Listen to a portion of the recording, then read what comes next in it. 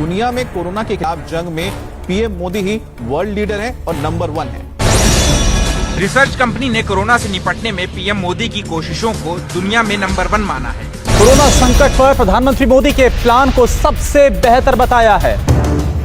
आज अमेरिकी रिपोर्ट ने कह दिया कि कोरोना से लड़ने में मोदी विश्व के नंबर 1 नेता हैं। तो फिर से पूरी दुनिया मोदी के आगे नतमस्तक होने लगी, कहने लगी काश उसके यहाँ भी कोई नरेंद्र मोदी होता।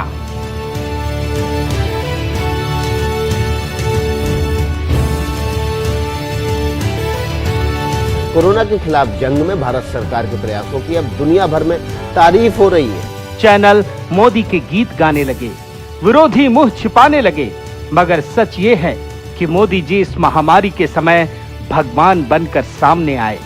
उन गरीबों के लिए, उन मजदूरों के लिए, उन बेबस लोगों के लिए जिनका कोई नहीं, आज उन सब के नरेंद्र मोदी हैं।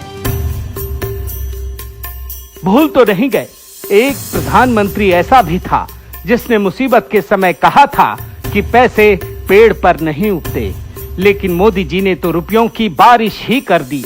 32 करोड़ गरीब लोगों को एक झटके में 30,000 करोड़ रुपए पहुंचा दिए।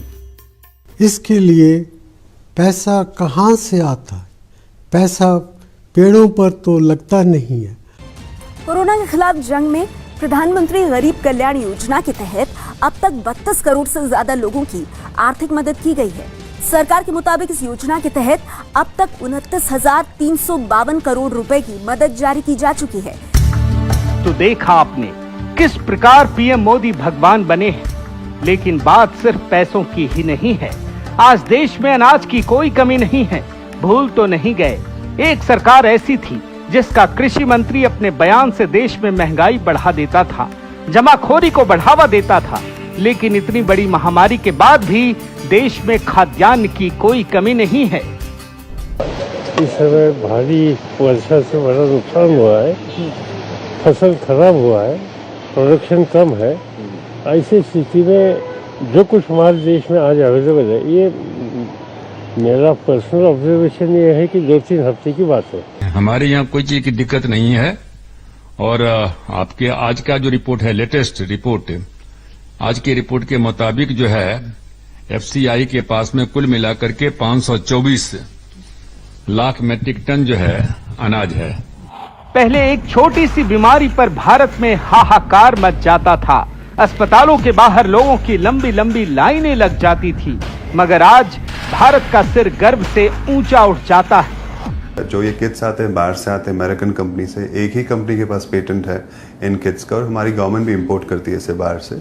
तो अननेसेसरली वो केओस हो जाता है और जिन लोगों को एक्चुअली में टेस्ट करने की जरूरत है शायद उन पे ना हो पाए, क्योंकि इतने ज्यादा लोग आ रहे, इतने प्रेशर हो रहा है, उससे ज्यादा पैनिक फैल रहा है। भारत सरकार ने यह फैसला लिया है कि वो तमाम पड़ोसी मुल्क जो हम पर निर्भर है उन्हें भी हम देंगे।